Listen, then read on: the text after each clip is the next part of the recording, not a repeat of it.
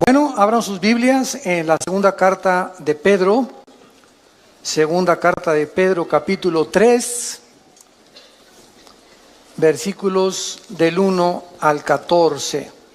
Segunda de Pedro, capítulo 3, del 1 al 14. El tema el título de la conferencia de esta mañana se llama ¿Cómo vivir en los últimos tiempos? ¿Cómo vivir en los últimos tiempos? Dice así el apóstol Pedro en su segunda carta, capítulo 3, amados, esta es la segunda carta que les escribo, y en ambas despierto con exhortación vuestro limpio entendimiento, para que tengan memoria de las palabras que antes han sido dichas por los santos profetas, y del mandamiento del Señor y Salvador, dado por vuestros apóstoles, sabiendo primero esto, que en los últimos días vendrán burladores, andando según sus propias concupiscencias, y diciendo, ¿dónde está la promesa de su venida o de su advenimiento? Porque desde el día en que los padres durmieron, todas las cosas permanecen así, como desde el principio de la creación. Estos ignoran voluntariamente que en el tiempo antiguo fueron hechos por la palabra de Dios los cielos y también la tierra que proviene del agua y por el agua subsiste, por lo cual el mundo de entonces pereció anegado en agua. Pero los cielos y la tierra que existen ahora están reservados por la misma palabra, guardados para el fuego en el día del juicio y de la perdición de los hombres impíos. Mas, oh amados, no ignoréis estos, que para el Señor un día es como 1000 años y 1000 años como un día. Vamos a detener nuestra lectura hasta este momento y vamos a analizar estos versículos uno por uno para, en primer lugar, darnos cuenta que si tú supieras que Cristo viene mañana, ¿cambiarías tus planes, tus prioridades, tus expectaciones? ¿Cuántas personas el otro día oí, por ejemplo, que un camión ahora en la nueva ruta, la nueva autopista que acaban de hacer de La Marquesa hacia Toluca, que son como 42 kilómetros, que te ahorran como 15, 18 minutos para no irte por la anterior? Se fue un camión, ya están prohibiendo la entrada de los camiones de redilas y los camiones grandes. Es una bajada impresionante. Bueno, no se calculó mucho, ¿verdad? Y el camión se fue contra la caseta y mató a la persona de la caseta, murió quemado junto con el chofer. Después vino otro accidente también y gracias a Dios que pues ya hicieron otro desviamiento, una desviación para los camiones y se le está prohibiendo a los que entren que ya no circulen por esa autopista. Lo que más me impactó fue que oí en el periódico que uno de los testimonios es que unos familiares de estas personas que murieron dijeron lo siguiente. Mi tío, una de las personas que murieron, estaba cuando salió de la casa y voy a hacer esto, construir esto, etcétera, etcétera. Y nos damos cuenta, uno de los familiares es cristiano, nos damos cuenta que así es la vida. Hoy vivimos, hoy en la tarde, hoy en la noche o mañana, ninguno sabe si vamos a amanecer. Nadie sabe. Todas las personas salimos al mundo y con proyectos y visiones y trabajo, etcétera, etcétera, cuando lo más importante es que todos estamos condenados, somos como una lista de reos condenados a muerte porque algún día tenemos que entregarle cuentas a Dios. Entonces, si tenemos esta conciencia de que hoy puede ser el último día en que Dios tal vez te esté hablando y tal vez Dios te está dando la oportunidad de comenzar a cambiar ya tu trayecto y el camino que tú llevas, estoy seguro que cambiarías el rumbo de tu vida. Si respondes que sí, entonces eso quiere decir que necesitas hacer algunos ajustes ya en tu vida, no creyendo que tienes todavía un mes de vida, ni una semana, ni todavía, no me faltan todavía 10, 15 años, no me importa que tengas 20, 25 años de edad, 30, 35 años, La muerte toca las puertas a los niños recién nacidos, como al que llega a los 113 años del último señor judío que acaba de morir de 113 años. Así que la muerte es para todos los seres humanos, para todas las edades, en el momento en el que menos lo pensamos. Si tú respondes que sí, ¿verdad? Entonces la Biblia tiene muchas exhortaciones para que nosotros vivamos a la luz de la eternidad, a la luz de cada día levantarme, Señor. Yo no sé si es mi último día, encomiendo mi familia a ti, Señor. Te encomiendo mi vida, guíame, Espíritu Santo. Muéstrame las decisiones que tengo que tomar, que las decisiones que tengan no tengan consecuencias para el mal, sino para el bien. Que cada decisión que yo tome en este día sea para tu gloria, Señor. Cuando comenzamos a vivir con esta expectación de la eternidad, es cuando podemos comprender al rey David en uno de los salmos que oró a Dios y le dijo: oh Dios, enséñame a contar los días de tal manera que traiga sabiduría al corazón. Vean por ejemplo en Romanos capítulo 13, versículos del 11 al 14, la exhortación que nos hace el apóstol Pablo. Y esto conociendo el tiempo. ¿Cuál tiempo? El tiempo que es cortísimo de nuestra vida. Que ya es hora de levantarnos del sueño, porque ahora está más cerca de nosotros nuestra salvación que cuando creímos. La noche está avanzada y se acerca el día. Desechemos pues las obras de las tinieblas y vistámonos las armas de la luz. Andemos como de día, honestamente, no en glotonerías y borracheras, no en lujurias y lascivias, no en contiendas y envidia, sino vestíos del Señor Jesucristo y no proveáis para los deseos de la carne. Noten ustedes en el versículo 12 que la vida espiritual la compara el apóstol Pablo, guiado por el Espíritu Santo, con el día y la noche. Cuando llegan las 9, 10 de la noche, en el caso particular mío, yo a las 10:30 ya estoy roncando, ¿verdad? Tal vez 10:15, 10:30. Ya sé que es mi hora. Tengo esa disciplina de siempre tratar de dormirme esa hora. Y ya llegan las 5, 5:30, levantarme, porque ya salió el sol y tu cuerpo se acostumbra, ¿verdad? El metabolismo a los horarios donde tú estás viviendo. Bueno, de la misma manera, ¿saben ustedes a qué hora de la noche nos encontramos ahorita? Nos encontramos en el punto más oscuro de la humanidad, donde un loco que se llama Kim Jong en Corea del Norte está amenazando bombardear la isla de Guam, donde hay 163,000 personas, más de 12,000 soldados norteamericanos estacionados. Está amenazando bombardear Alaska y Los Ángeles. Está amenazando lanzar bombas contra Japón. Ya ahorita comenzó la evacuación de Corea del Sur, porque Corea está dividida en el norte y en el sur. En el sur están completamente, no son comunistas. En el norte, este hombre, Kim Jong, de 33 años, ¿verdad? Un jovencísimo, el gordito que tienes ahí arriba de tu cama.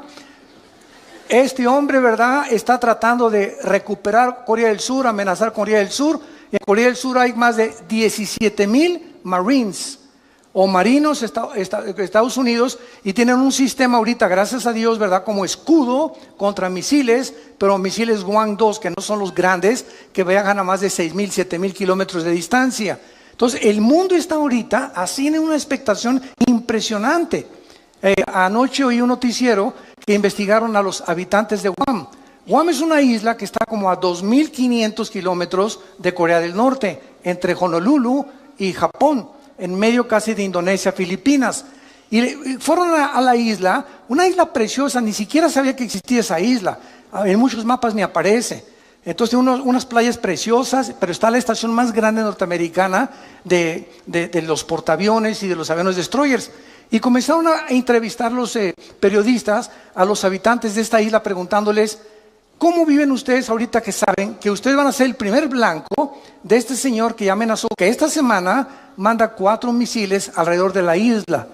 Y simplemente la pura radiación de esos misiles, aunque no tengan todavía cabezas nucleares, es peligrosísimo para los habitantes. Y el 80% de los habitantes contestaron: es que todos nos levantamos en esta isla sabiendo que es nuestro último día. No esperamos amanecer. Y si amanece, le damos gracias a Dios. Sabemos que en cualquier momento ya estamos, ahora sí que ya con esta amenaza desde hace muchos años, desde los abuelos de este señor Jim Young, que siempre amenazó destruir esa isla por odio a los americanos. Entonces, cuando dijeron esto, me llamó la atención, porque es la forma como un cristiano debe de vivir. Todos sabemos que al levantarnos tal vez sea el último día. ¿Sabes tú acaso si mañana amaneces? ¿Sabes tú un accidente en la carretera, una bala perdida, un asalto, un secuestro, una enfermedad? Que vais al hospital mañana. Doctor, me siento de maravilla. Discúlpeme, don Pancho, pero los rayos X dicen que usted tiene cáncer y hay una metástasis que se le ha cundido por todo el cuerpo. Oiga, pero yo me siento bien. Usted se siente maravilla. Los rayos X no fallan. Usted tiene cáncer y tiene 3 meses de vida. Y así, de la noche a la mañana, te cambia el panorama de tu vida. Estoy seguro que cuando alguien recibe estas noticias, cambia completamente su manera de vivir. Se enfoca ya en nuestras cosas, se da cuenta que realmente tenemos que vivir, porque muchos de ustedes no están conscientes de eso. Aunque sabemos que vamos a morir, casi nadie vive bajo la luz de la eternidad. Mientras observamos estos acontecimientos actuales, estamos al borde de una guerra internacional. Nos han bombardeado con correos. Oiga, es la tercera guerra mundial. ¿Qué pasa si Corea del Norte cumple sus amenazas? Trump va a contestar estas amenazas. Si contesta esas amenazas, ¿cuáles son las consecuencias que habría de muertos en Corea del Norte? Porque inmediatamente Corea del Norte bombardearía Corea del Sur. Por lo menos en Corea del Sur, el primer día habría 100,000 muertos. El primer día que este hombre con su artillería, no con misiles, con la pura artillería contestara, si Estados Unidos atacara, morirían más de 100,000 personas. Ahora, hace 3 días, el presidente de China, Xi, le mandó un recado a Trump y le dijo lo siguiente: nosotros no te apoyamos si tú inicias el ataque a Corea del Norte. Si Corea del Norte inicia el ataque y ellos atacan a Estados Unidos, nosotros vamos a permanecer neutrales y no nos vamos a meter en el conflicto. Pero si Estados Unidos ataca primero y lanza el primer misil contra Corea del Norte o para destruir sus sitios nucleares, China dijo, entonces nosotros tendríamos que intervenir, porque le llamaríamos una agresión de acuerdo a las leyes internacionales de la justicia en La Haya, en Holanda. Entonces, vivimos un mundo tan incierto donde sabemos que ahora no son juguetes las armas que tienen los países. Rusia tiene una base nuclear en Venezuela, apoyado por Irán. Rusia tiene bases navales en Siria y está defendiendo Siria junto con Irán y con Turquía para que Estados Unidos no entre al Medio Oriente otra vez. El Medio Oriente está siendo convertido en el Islam por el califato, donde esperan al Mahdi, al Mesías, que nosotros le llamamos Jesucristo. Y el Medio Oriente está como una olla hirviendo, sabiendo en la Biblia que ahí, en esta zona geográfica del Medio Oriente, estallará la tercera guerra mundial, que en Apocalipsis 16, del 12 en adelante, se llama el Armagedón. Entonces, santos de Dios, si estalla ahorita una guerra con Corea o con lo que sea, no es la tercera guerra mundial. Faltan 3 guerras. Una antes de que venga Cristo en el arrebatamiento, y va a haber 2 guerras o 3 a lo más durante el período de la tribulación. Simplemente en el 4º sello, Apocalipsis 6 del 5 en adelante, 1/4 parte de la humanidad va a morir. En la 5ª trompeta, 1/3 parte de la humanidad va a morir. Y cuando venga la guerra del Armagedón, si no viene Cristo y desciende con nosotros en la tierra, nos auto extinguiríamos.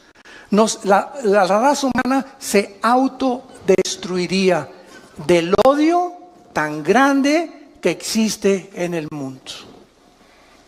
Ahorita, en los últimos, escuchen esto, 100 años, en una ciudad llamada Charlottesville, en Nueva Jersey, antier, se levantaron después de 100 años un grupo de nacionalistas blancos, que son los que forman el famoso Ku Klux Klan, con los neonazis y con símbolos de la suástica nazi, en esta ciudad se levantaron para levantarse en armas y clamar que se necesita una reforma de los blancos, que los blancos deben de volver a gobernar Estados Unidos.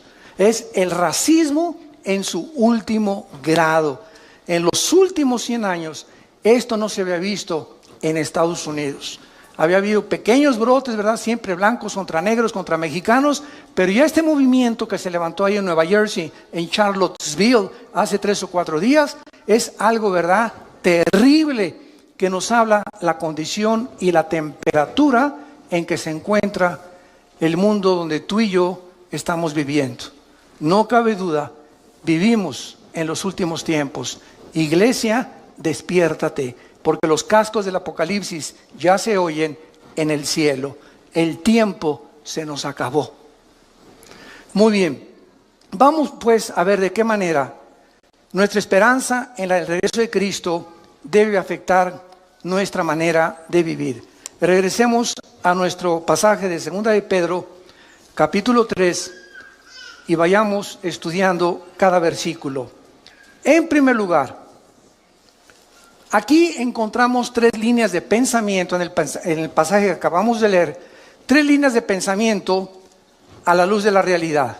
Número 1, se nos exhorta en primer lugar cómo vivir en los últimos tiempos. Vivir a la luz de las promesas de Dios. Esta es la primera cosa que se nos aconseja, particularmente relacionadas las promesas con el futuro. Veamos lo que dice el versículo 1. Amados, esta es la segunda carta que les escribo, y en ambas despierto con exhortación, despierto vuestro limpio entendimiento, para que recuerden, para que tengan memoria de las palabras que antes han sido hechas por los santos profetas. O sea, tenemos que recordar, en primer lugar, viviendo en esta última generación, recordar las promesas que en el Antiguo Testamento se hicieron respecto al futuro que tú y yo actualmente estamos viviendo. Esto se refiere a todos los eventos futuros que se profetizaron en el Antiguo Testamento, como viene la gran tribulación, la segunda venida, la apostasía de la iglesia que ya estamos viviendo. Nunca la iglesia cristiana había sido bombardeada con tantas herejías, con tantas barbaridades que se están predicando y que se están enseñando en los últimos 30, 40 años. Es impresionante la cantidad de miles, ustedes no lo saben, miles de cristianos en Sudamérica y en Europa que dicen no encontramos una iglesia con sana doctrina. Y están reuniéndose en sus casas, nos piden nuestros videos, nuestras enseñanzas a través de los CDs, etcétera, etcétera. Tenemos más de 3,725 reuniones en casas en Sudamérica que se están alimentando con el curso que tenemos de ITI, el Instituto Teológico Internacional que dirige mi hermano Alejandro, y se están alimentando de eso 1 hora diaria y están juntándose en su casa porque no encuentran una iglesia de sana doctrina. Es impresionante. En una que les piden bolsas para vomitar, en otras que la cachetada del Espíritu Santo, el chicle del Espíritu Santo, la caída del Espíritu Santo, etcétera, etcétera, que si no hablas en lengua no tienes al Espíritu Santo. Bueno, es increíble a lo que la iglesia ha llegado. Y millones de cristianos, por no tener una vocación para estudiar la Biblia sistemáticamente por libros, etcétera, etcétera, caen en la trampa y se comen y son engañados con todo lo que oyen. Nunca corroboran si lo que les enseñan es lo que enseña la palabra de Dios. Tengan memoria que esto va a venir, no nos asustemos, como me dicen muchos pastores. Acabo de estar en Guatemala el último fin de semana, se celebró el 67 aniversario de Radio Cultural en Guatemala, en la ciudad, que es la estación de radio más prestigiosa en los últimos 100 años. Y esta radiodifusora celebró el 67 aniversario, me invitaron a compartir la palabra Y el sábado se unieron casi más de 1,700 pastores de diferentes naciones, de la ciudad de Guatemala, etcétera, etcétera. Y el domingo nos reunimos en el Parque Industrial y asistieron 18,000 personas. Entonces vemos nosotros que es una efervescencia de hambre de la palabra de Dios. Y cantidad de pastores me decían en Guatemala, hermano, es que necesitamos la sana doctrina, necesitamos regresar a las enseñanzas de la Biblia, a las enseñanzas que Cristo nos enseñó. Y yo el consejo que les daba es el siguiente: no se desilusionen, no se asusten. ¿Saben por qué? Porque Cristo nos los dijo. Cuando estas cosas sucedan, recuerden que yo se las dije antes. Entonces esto tiene que suceder. No nos desilusionemos, al contrario, tiene que suceder, y si sucede es porque la Biblia es la palabra de Dios. Al contrario, esforcémonos, seamos valientes, echemos mano de la vida eterna, no perdamos la esperanza a la cual todos hemos sido llamados, estemos firmes y constantes en la fe, sabiendo que nuestro trabajo no es en vano. Entonces no es tiempo de ser cobardes, no es tiempo de ya me voy, tú una bola de hipócritas, esto no es cierto. Estos son los perdedores, los que quieren ponerse hasta atrás del ejército y no quieren ocupar las primeras líneas de comandantes y generales del ejército de Dios. Es muy fácil irte hasta atrás y decir, ya no peleo, ya me quedo en la casa, esto no es cierto, qué fácil es eso. Y dicen Apocalipsis 21:8, los cobardes encabezan la lista de los que van al lago de fuego. Los cobardes, no los adúlteros, no los homosexuales, no las lesbianas, no los secuestradores. Los cobardes son los primeros que dice Cristo que va a juzgar. Muy bien, entonces todas estas profecías ya se han cumplido, y la exhortación es que mantengamos estas promesas en nuestra mente, porque las vamos a necesitar. Dice el versículo 3, sabiendo primero esto. O sea, ¿por qué necesitamos recordar estas promesas? Porque en los postreros días, que es la época que estamos viviendo, que actual es la Biblia, vendrán burladores, andando en sus propias concupiscencias y diciendo, ¿dónde está la promesa del Hijo de Dios? Siempre ha habido guerras, siempre ha habido terremotos, siempre ha habido maldad, siempre ha habido pecado, bla, bla, bla, bla, bla, bla, bla, bla. Y así tenemos ahorita un mundo impresionante. Tú te metes, por ejemplo, a una conferencia bíblica, profética, y ve los comentarios. Hay buenos y hay negativos. Son puras mentiras. Es pura hipocresía. Y siempre hay estas cosas. Todas estas personas que mandan estos comentarios se les llama burladores. Y ahora es muy importante esto, porque eso nos explica por qué necesitamos aferrarnos a estas promesas.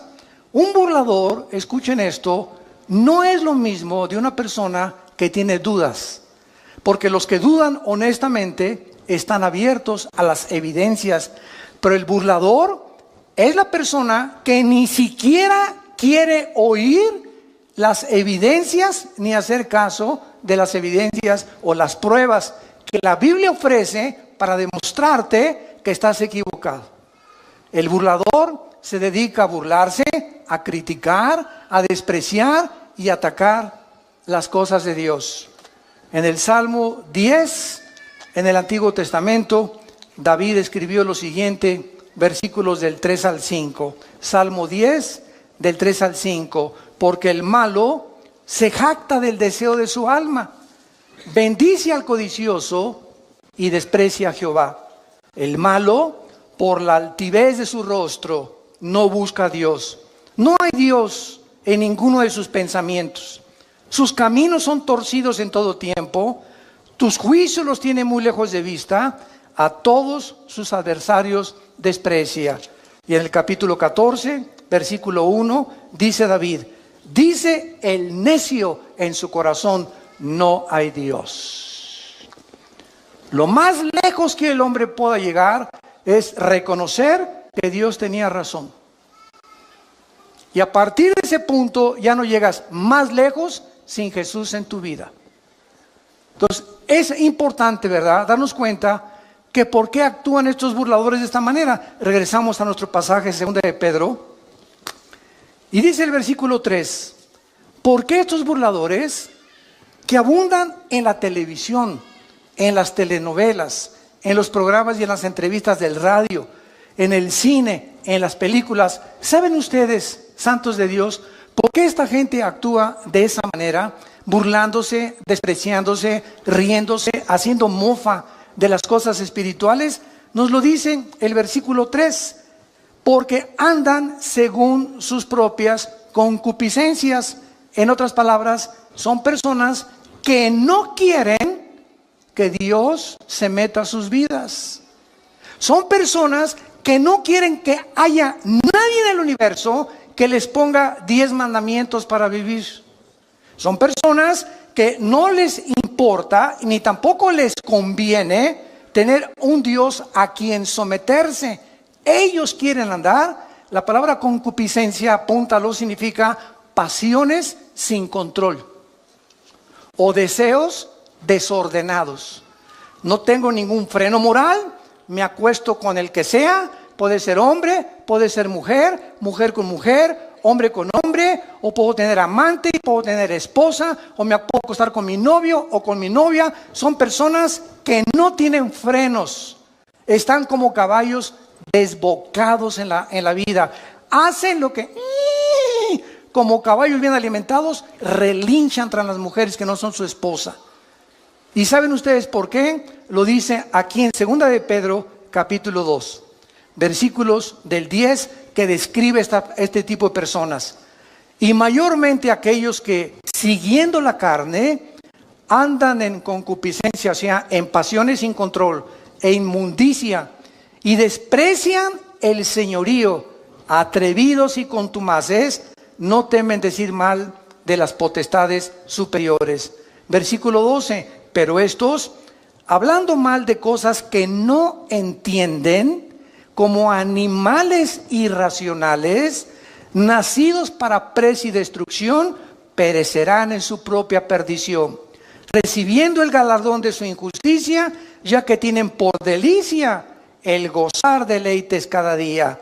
Estos son inmundicias y manchas, quienes aún mientras comen con ustedes, se recrean en sus errores.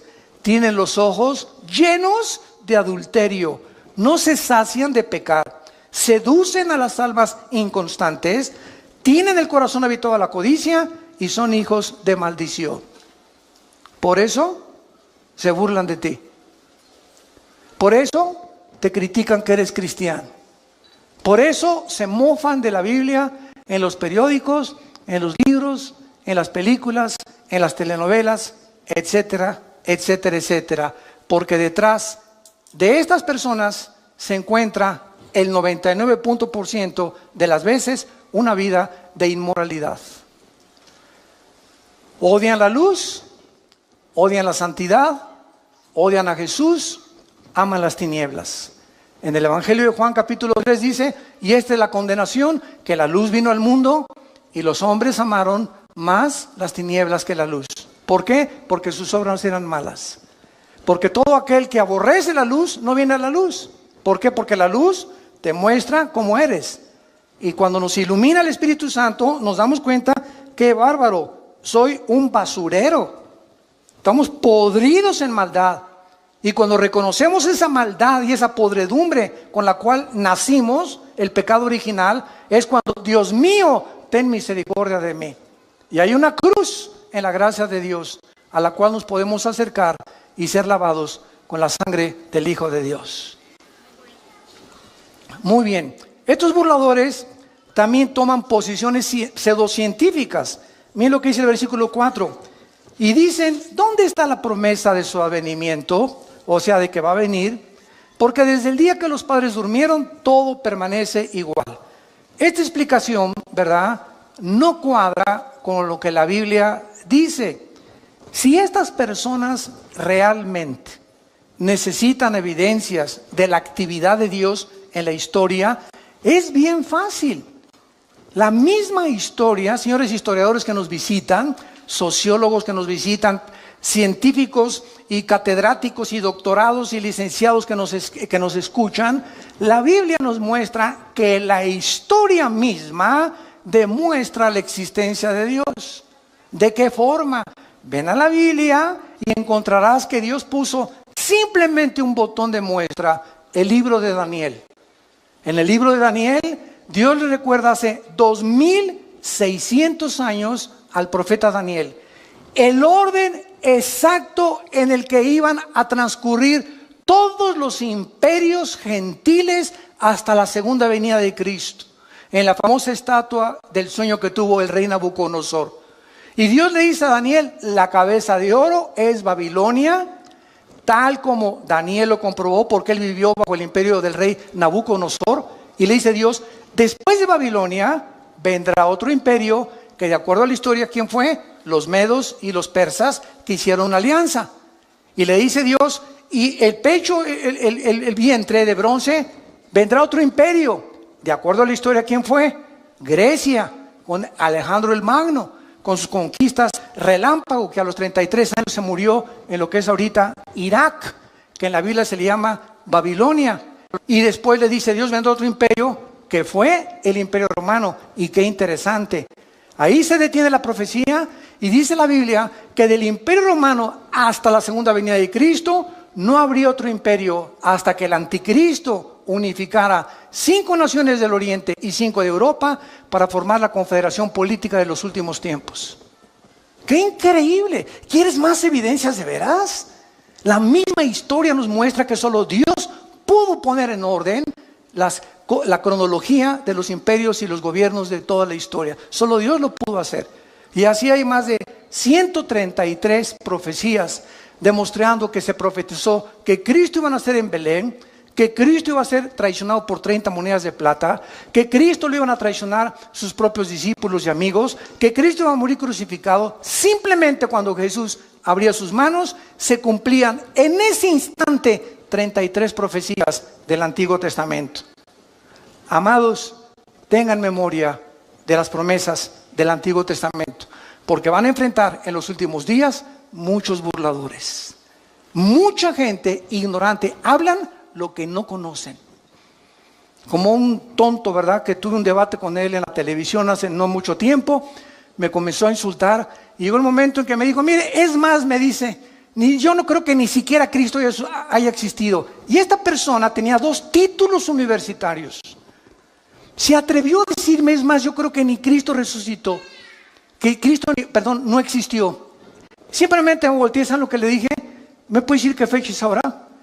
10 de mayo de 1997. ¿Y desde cuándo está usted contando 10 de mayo de 1997? Y se quedó así. Y le contesta el moderador, burro, desde que nació Jesús. La misma historia, y cuando vino Cristo, revivió la historia.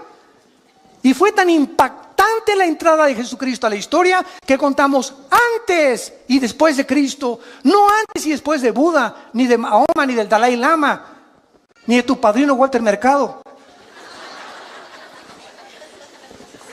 Fue tan impactante la entrada al escenario mundial del Hijo de Dios que la historia se dividió. Dije, ¿desde cuándo cuentas 1997? Cabeza de ostión.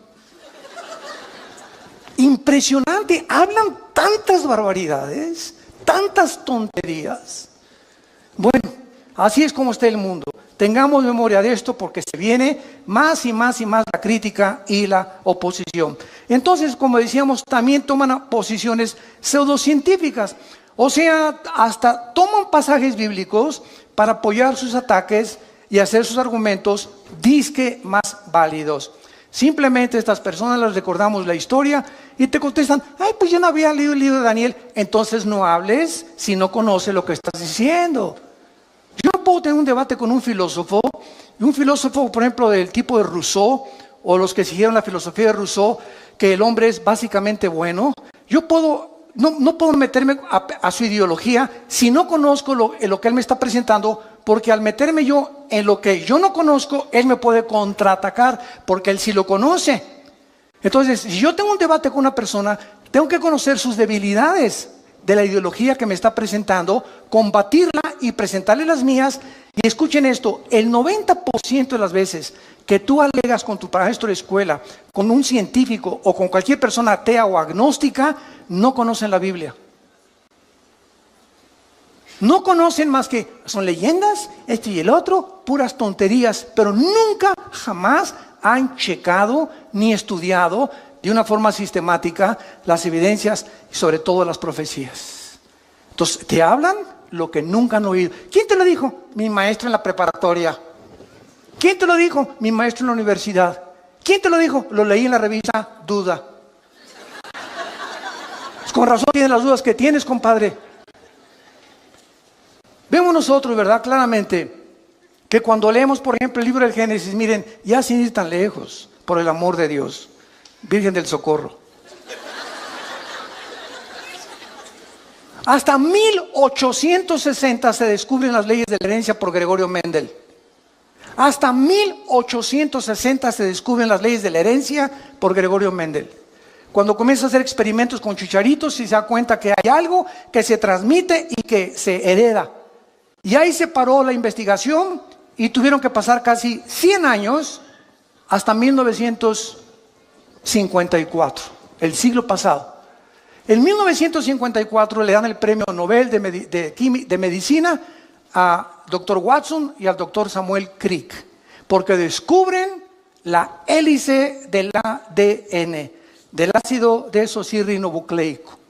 Hasta 1954 los investigadores comienzan a penetrar en el ADN y a descubrir que en cada una de las células que tiene el cuerpo humano y todas las cosas vivientes que existen, el cuerpo humano tiene trillones de células. Y en cada célula que tenemos, escuchen esto, en cada célula hay 500 enciclopedias británicas escritas. ¿Me escuchaste? La información que tiene el ADN en cada célula equivale a 500 enciclopedias británicas. Con 4 letras nada más. Y en esa información inteligente que cada célula tiene, está escrito tu color de ojos, tu color del pelo, mi color de piel, nuestra estatura, todas las características que tenemos y venimos heredando desde Adán y Eva. Abuelos, bisabuelos, tatarabuelos, todo se encuentra en cada célula. Entonces, el ADN y el código genético que tengo yo en mis células, le sacan una a Chita y cuando examinan el ADN de Chita, no corresponde al ADN que yo tengo. ¿Qué significa esto? Que cuando se mezcla un perro con un gato, un burro con un caballo, un león con una cebra, el ADN impide a través de los aminoácidos de la biología que haya una mezcla de especie contra especie, porque entonces se rompe el patrón que Dios estableció desde el Génesis, como lo vamos a ver, capítulo 1, versículos 12 y 13, que todo tiene que ser de acuerdo a su género y a la forma en la que tienen ellos su desarrollo, como las frutas, los animales y nosotros los seres humanos. Cuando se cruzan dos especies, nacen híbridos. Cruza un caballo con una burra y ¿qué nace? Una mula. Y cuando la mula la quieres volver a cruzar, no puedes porque es híbrida. Se rompió las leyes escritas casi 4000 años antes que Gregorio Mendel, papá. Miles de años antes que los científicos descubrieran que la sangre es la que produce el cuerpo humano y que la vida está en la sangre, y cuando se descubre la circulación de la sangre, la Biblia lo decía 3000 años antes. Antes que se descubriera la proliferación bacteriológica en el mundo, de que si tú haces popó en la calle, o un perro hace pipí, o tu hijo hace pipí en la banqueta, o un perro, aunque el mundo es invisible, todas las bacterias, ¿verdad?, se elevan, y las amibas y todo, y la puedes tú respirar y te pueden entrar a tu organismo. Miles de años antes de que se descubriera que existen bacterias invisibles, hasta que se descubrió el microscopio, Dios le dijo a Moisés, dile a la gente en el libro del Éxodo que cuando hagan popó, excremento, lo entierren y lo tapen. Dios comenzaba a dar las leyes de la higiene antes que la ciencia las descubriera. Y así podemos seguir con cientos de ejemplos, evidencias históricas, evidencias de higiene, evidencias biológicas, genéticas, arqueológicas, químicas, del área de la disciplina que tú quieras. La Biblia es la palabra de Dios. Los cielos pasarán, pero esta palabra permanecerá para siempre.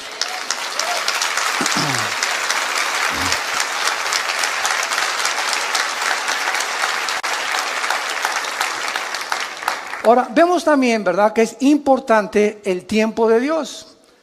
Porque esta es la pregunta que también dicen, no todas las cosas han sido igual. Siempre ha habido guerras, etcétera, etcétera. Es verdad. Siempre ha habido guerras. Es más, el Instituto para la Investigación de la Paz en Suecia, Estocolmo, ¿sabe lo que dictaminó hace algunos años? El Instituto para la Investigación de la Paz en Suecia, Estocolmo, que de los aproximadamente 6,000 años de historia que el ser humano tiene, solamente han habido 25 años de paz. En 6,000 años, el ser humano solo ha tenido 25 años sin guerras. ¿Qué significa esto? Que la historia del ser humano es guerra tras guerra, generación tras generación, por nuestras pasiones, la codicia. Quiero tu terreno, quiero conquistar esa área geográfica, quiero tener esta colonia aquí. Los franceses, los ingleses, los austriacos, los judíos, los árabes, etcétera, etcétera. Todo el mundo siempre ha estado en continua guerra. Hace algún tiempo, tengo aquí las palabras de uno de mis autores favoritos, C.S. Lewis. Fue profesor de la Universidad de Oxford. Y en 1939, C.S. Lewis consigue sus libros, La grandeza del cristianismo, El problema del dolor. Bueno, es increíblemente científica, y fue el más grande ateo de Inglaterra. Y siendo el más grande ateo de Inglaterra, se convierte C.S. Lewis y comienza a escribir, no sabes, la literatura más profunda que existe, científica cristiana. Y en 1939, C.S. Lewis, cuando la Segunda Guerra iba a comenzar, escribió esto. Y dijo así: la guerra no crea ninguna situación absolutamente nueva. Simplemente agrava la situación permanente humana para que no la ignoramos. La vida humana siempre ha sido vivida en la orilla de un precipicio. Estamos equivocados cuando comparamos la guerra con la vida normal. La vida nunca ha sido normal. Cuando explotó la Segunda Guerra, ¿de qué nos extrañamos? En otras palabras, siempre ha habido guerras. Es la condición permanente del ser humano. Si no hay guerras, buscamos la manera de pelearnos. Y llegamos al precioso siglo XXI. Y la luna, y los descubrimientos tecnológicos, Internet desde los 90s, y las satélites de comunicación, iPad, IQ, chips, bla, bla, bla, bla, bla. Aladín y la lámpara maravillosa. El ser humano ha llegado con la tecnología, etcétera, etcétera. Y ayer acabo de leer las últimas palabras del fundador de Apple, Steve Jobs, que muere de cáncer antes de los 50 años. A los 40 años llegaron con Steve Jobs y le dijeron, el fundador de Apple, de las compañías más prestigiosas que cualquiera pudiera decir: yo quisiera poder llegar a los descubrimientos de una multimillonaria fábrica y productora de los artículos que conocemos actualmente en el mercado. Y cuando tenía 40 años, Steve Jobs, le pronosticaron cáncer y le dijeron, cúrate por medios científicos, y dijo que no. Él quería que lo curaran los hindúes con magia. Y entró en el área del ocultismo. Y antes de morir, él dijo, ¿verdad? Lo que he descubierto antes de morir es que no he disfrutado nada. Lo más precioso de la vida es tu familia. Disfruta tu familia. Es el tesoro más grande que podamos nosotros tener. Nunca mencionó a Dios. Murió como un palillo el pobre hombre en un hospital sin haber jamás podido disfrutar su dinero, y los últimos 7 años murió con una neurosis excesiva, donde explotaba y se enojaba y corría a todos sus empleados porque la mosca voló. ¡Qué vidas tan trágicas! De personas que alcanzaron el éxito, pero se dieron cuenta que sin Dios nos echa a perder la vida. por la maldad con la cual nacimos y porque enfocamos nuestros talentos y nuestros dones en cosas que no tienen permanencia eterna. Entonces, el tiempo es importante, como cuando comenzamos esta conferencia. Tú no sabes si mañana vas a morir. Tú no sabes si esta tarde te ha hablado Dios por última vez en tu vida. No lo sabes ni lo sé yo. Y ante la luz y la expectación de estas cosas, analicemos nuestra vida si estamos en la fe. Examinémonos realmente si realmente tenemos a Cristo como nuestro Salvador, si estamos caminando con Él. Hace algún tiempo, les conté una vez, estaba ya a la salida de un desayuno en México y me alcanza en el elevador un señor y me dice: oye, usted es el que acaba de exponer la conferencia, a sus órdenes. Le dije. Me dice: usted debe saber muchas cosas, ¿verdad? Usted es teólogo. Le dije: sí, efectivamente, tengo 2 doctorados y una licenciatura en teología. Me dice: bueno, pues con esos títulos que usted tiene, me puede responder esta pregunta. Le dije: dígame usted, ¿por qué Dios no mata al diablo? Y me dice, no se quedó ahí, y me dice: porque Dios es todopoderoso, ¿verdad? ¿Qué dice usted? Amén, amén, Dios es todopoderoso. Entonces, si Dios es todopoderoso, ¿por qué no mata al diablo? Y déjame decirle antes que me conteste, y si no lo mata es porque no es misericordioso ni es amor. Fíjense usted la pregunta que me hizo, ¿no? Entonces yo le contesté, le dije: dele gracias a Dios, porque si Dios acabara con el mal ahorita, comenzaría con usted.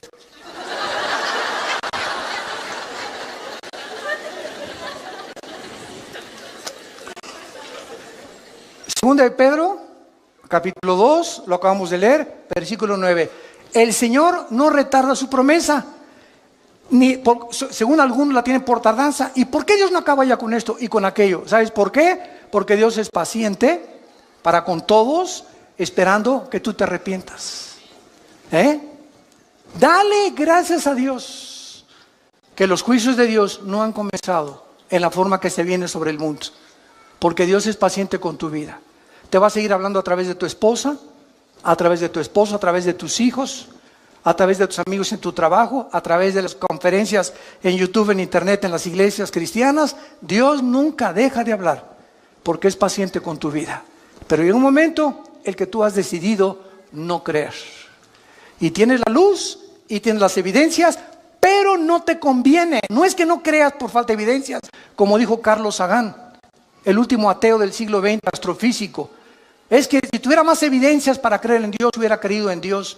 Pero detrás de la vida de este hombre, ¿verdad?, no había las características que él deseaba, porque no le convenía entregarse a Dios.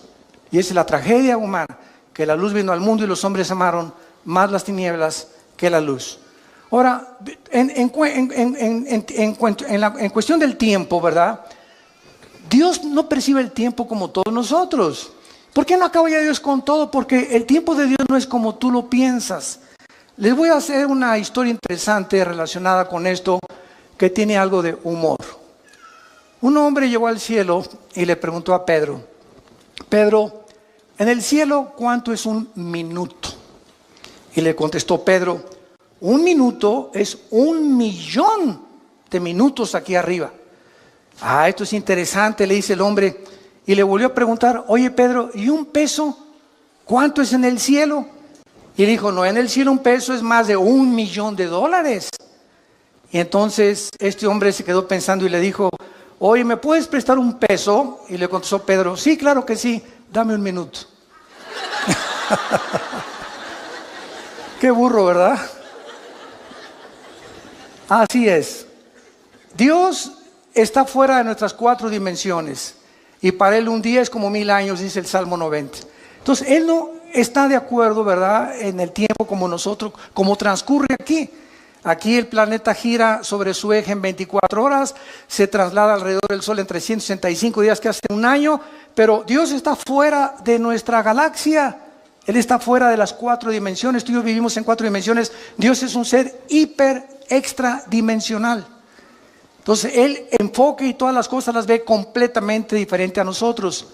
Y cuando estemos en el cielo, después de que veamos lo que nos espera y las bendiciones que vamos a tener, y qué Disneylandia, ni qué Reino Ventura, ni qué Riviera Maya, ni Honolulu, ni qué nada. Cuando estemos ahí en el cielo, vamos a ver nuestro pasado y todo lo que sufrimos, 50 años, 60 años. Mira, en tus 60 años que has sufrido, desde que tú naciste no fueron puro sufrimiento. Cálmate, ya le ganaste a Job. Entonces la vida no es todo sufrimiento, tenemos épocas, ¿verdad? De sufrimiento y de tristeza y valles y montañas, porque así es la vida humana. Pero cuando estemos en el cielo y veamos esas épocas y meses o años que sufrimos, no se van a comparar y van a parecer como solamente una mala noche en un hotel de quinta categoría que pasamos, comparado con nos espera en la eternidad. Y diremos ahí, valió la pena vivir para Cristo. Y ahí voltaremos hacia atrás y diríamos, ¿de eso nos estábamos quejando? ¿Teníamos tanta prisa cuando la eternidad nos está esperando con las bendiciones infinitas que Dios tiene para todos aquellos que le han entregado su corazón? Es por eso que nosotros debemos vivir a la luz de la eternidad. Dice el versículo 9, el Señor no retarda su promesa, sino que es paciente. Muchos la tienen por tardanza. Ay, ¿cuándo viene Jesús? Ay, que se acabe todas estas cosas. Desde tu perspectiva del tiempo y desde mi perspectiva del tiempo, elevemos nuestro corazón y nuestra alma a Dios. Pidámosle que nos dé sabiduría para vivir la corta vida que tenemos y empleemos todo lo que nos falta por vivir para la gloria de su Hijo Jesucristo. Señor, te damos gracias,